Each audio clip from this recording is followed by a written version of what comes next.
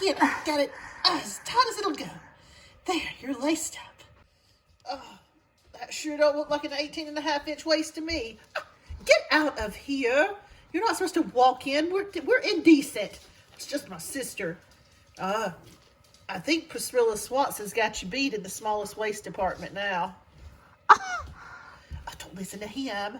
Mother, I had the smallest waist in all of Boston. I cannot believe this. Dear, you're so silly. I'm sure your waist is the same. You can't listen to your brother. He's always teasing. Here, I'll measure it. There we go. Tweety. No!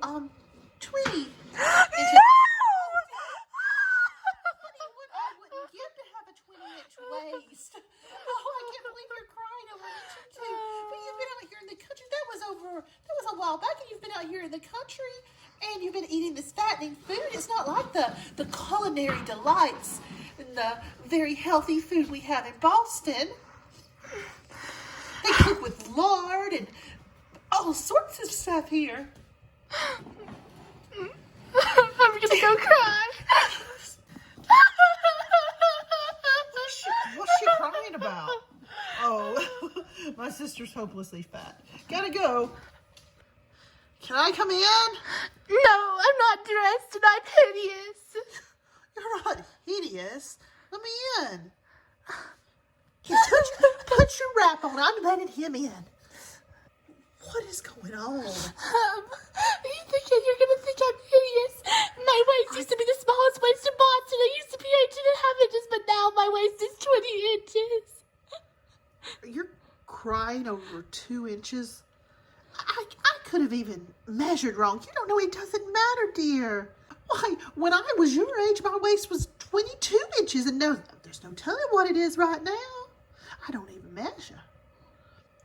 Dear, I don't care if your waist is 18 inches or 80 inches.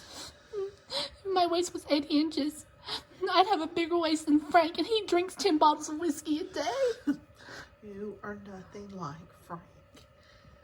Except your hair is about the same length. Okay, dear, I have to go get ready. Okay. I'll see you at the chapel. I'll be the one in white.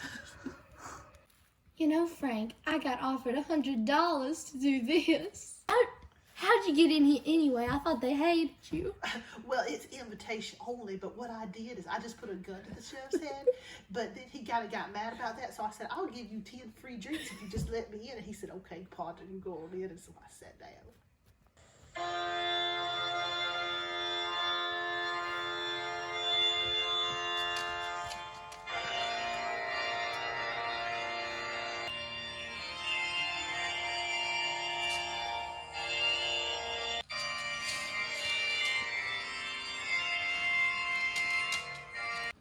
Dearly beloved, we are gathered here today to witness the marriage of Mary Johnson and Doctor Jedediah Foster. Do you, Jedediah, take Mary to be your lawfully wedded wife? I do. And do you, Mary, take Jedediah to be your lawfully wedded husband? I do. Husband and wife, Jedediah, you may kiss your bride.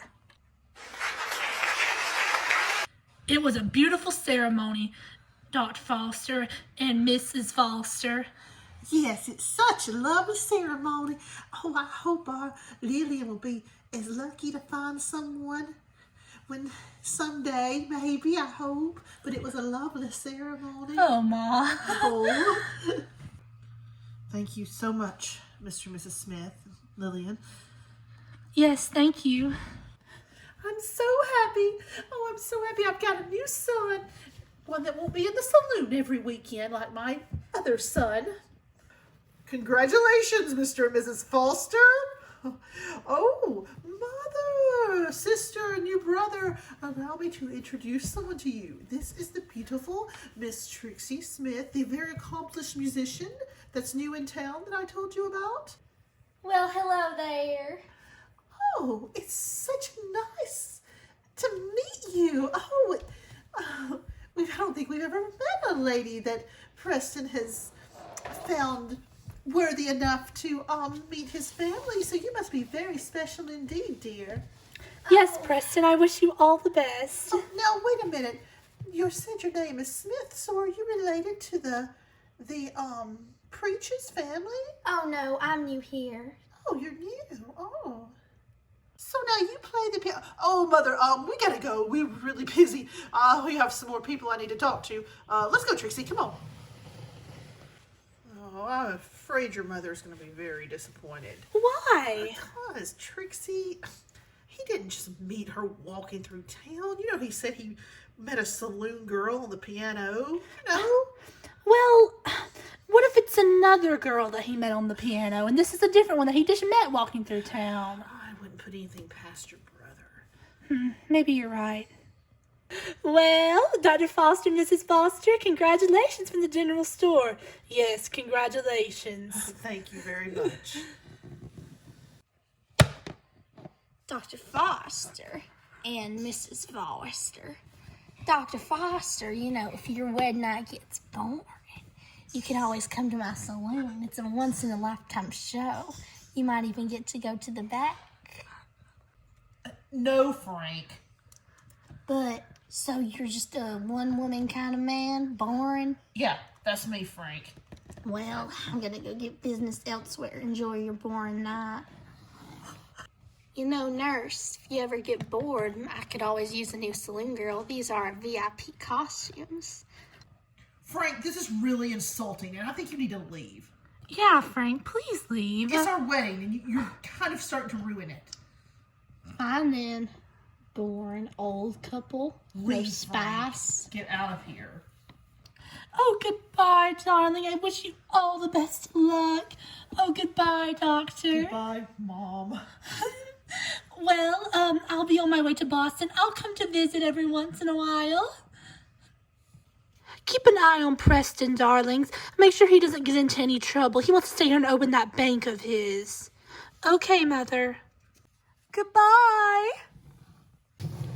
Is Mother gone? She just left. Yes. What is it, Preston? Where's Trixie? Trixie, well, let's just say she was a one-time thing. I paid her $100 and she's gone now. See, I told you. I gotta go. I gotta get ready for my grand opening of my bank. You know, why don't you deposit all your money in there? I told you, Preston, we don't get paid a lot of cash. It's mostly in eggs and vegetables and, you know, cloth and stuff that people trade around here. I told you before, I mean, you can open a bank, but, I mean, it's... I might have to open up a saloon on the side. We already have a saloon. Frank's has a saloon. That would be ridiculous, Preston. I suppose you're right. Oh, well, please do not write to Mother and tell her about Trixie. If you do, I will never forgive you. I cannot believe you were right. That girl really seems serious. Come on, Mrs. Foster. Let's not worry about all this. This is our day. You're right. What is that noise? Oh, it sounds like it's coming from the saloon. Mary, how can you sleep through this? Even the dogs are barking at it. What?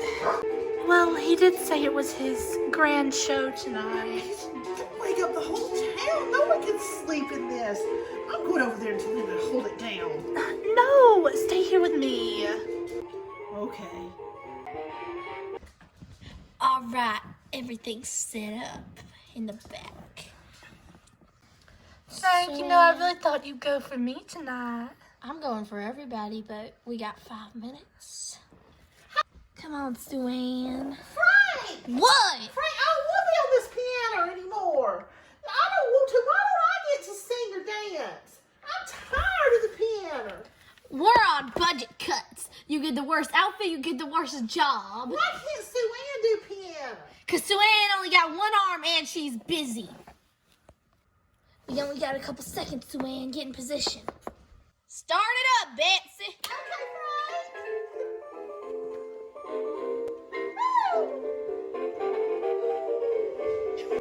Franco, 10 bottles of whiskey. Lucky for you, drinks are 1% off tonight. And while you're here, don't you have a home? No, the bar is my home. Betsy, don't you know something else to play? That's getting kind of old.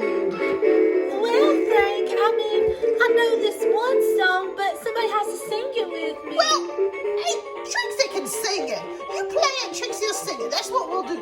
Okay, everybody, settle down. We got a show now. Yee-hoo! Birds flying high, you know how I feel. Sun in the sky, you know how I feel. Breeze drifting on by. Yeah. Woohoo, Oh, Trixie! yeah. It's a new dawn, it's a new day, it's a new life A new day of for Franks. me. Sing it, baby. And I'm feeling good. Woohoo! Yee-hoo! Woo! Dragonfly out in the sun, you know what I mean, don't you know? Butterflies all having fun, you know what I mean. Sipping bees when day's done, that's what I mean. Seems like I came at the right time, Frank. You sure did.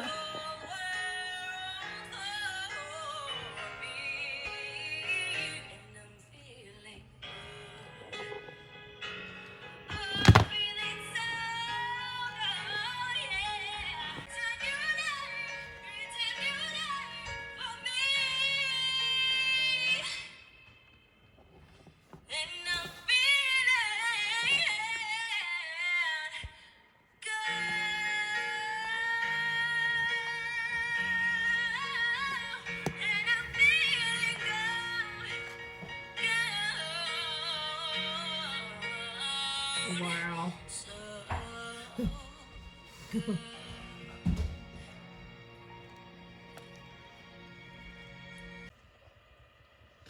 Is that beautiful woman in the mirror really my wife? I think she is. Sadly, my darling, we must go back to reality. The reality is that you're a doctor and I'm a nurse and you run a clinic. So, I must go get ready. I know. Feels weird to have this doctor's coat on again. It's been weeks. I know. No one's needed any help in this town. I'm glad everyone's staying healthy, but it's a little bad for business. I need stitches. What happened to your arm? I got in a fight with Frank. Here, sit down over here. Preston, what did you get in a fight about? Better be careful with Frank. He could shoot you. Lucky you only need stitches. Yeah, I heard about how you tried to shoot Roy and then Sue-Ann got her arm amputated or whatever. Exactly. But, you know, I just can't stay away from that saloon. There's something special about that girl, Trixie. A few weeks ago, she sang this beautiful song to me. She's the best singer. Preston, I would expect you to know something about saloon girls since you seem to hang out in saloons quite a bit. You know they just pretend to like you, Preston. She pretends she likes every guy. That's part of her job. And that lures in customers. She's singing only to you, right, Preston? Yes, but Please. even if it is fake, it's fun. Preston. You need to be searching for something real, Preston. Maybe a real job. Well, I took your advice on the bank. Not many people here have enough money to put in a bank. So I decided, why not open a restaurant? A restaurant? But most people cook their own food. Yes, but what if it was good food? Boston food. Boston food. That would bring a lot of people in. I've never had Boston food. It's so I'm not sure. amazing. It's a lot healthier than the fried grease here. And maybe that's why I gained 1.5 inches on my waist. Well, as a doctor, I should promote healthy habits among the community. And I do think it's better than a saloon and probably will be more profitable than a bank, Preston. So go live your dream. Yay! Dr. Foster, Nurse Foster. Amelia. I think my water broke. Oh my goodness. Here, come sit down. Well, that was an easy first time back. Very easy delivery. Yes, very easy. Oh, excuse me. Well, have you decided on a name? Well, usually people name their boys after their father, but I don't want to name my baby after Frank. That's probably a good idea, Amelia. Well, he's a very healthy little thing. You know, I think I'll name him after the man who delivered him. I'll name him Jedediah. I really like your name, too. I'm very flattered. Thank you. I'm not feeling that good. Oh, wait. Oh, you don't have a fever. Oh, Sissy won't believe this. I got the restaurant. That fast? What? Where? You know the old general store? I didn't even know there was an old general store. I didn't either. There was an old general store? Yes, but before the new one. When John and Jane first started out, they had a smaller area, but then when they expanded and got a bigger storage building. Yeah, well, whatever that was, I bought that. John said he still owned it, so I bought it, and I'm going to turn it into a restaurant. My grand opening is going to be this weekend. This weekend? That's pretty quick, Preston. Well, they need said to hire the workers. And yeah, the Green said since I bought the restaurant, they were going to supply me with all the tables and the furniture that they had already shipped in. They had a new batch of it, so I'm just in luck. That's good. Who's gonna cook the food, Preston? Well, you know that widow, what's her name, Rosalind? She has 2 little girls, and her husband died not that long ago. Yeah. I heard that she's a real good cook, and she's also looking for a job because she has no husband. She doesn't know how to supply to her children anymore. And also, Amelia, doesn't she need a job? She could be a real good waitress. Okay, that could be good. That could be a good idea, Preston. Good. I've had a really strong hankering for like some Boston pork and peas. They taste so good. But you weren't even feeling good. Ew.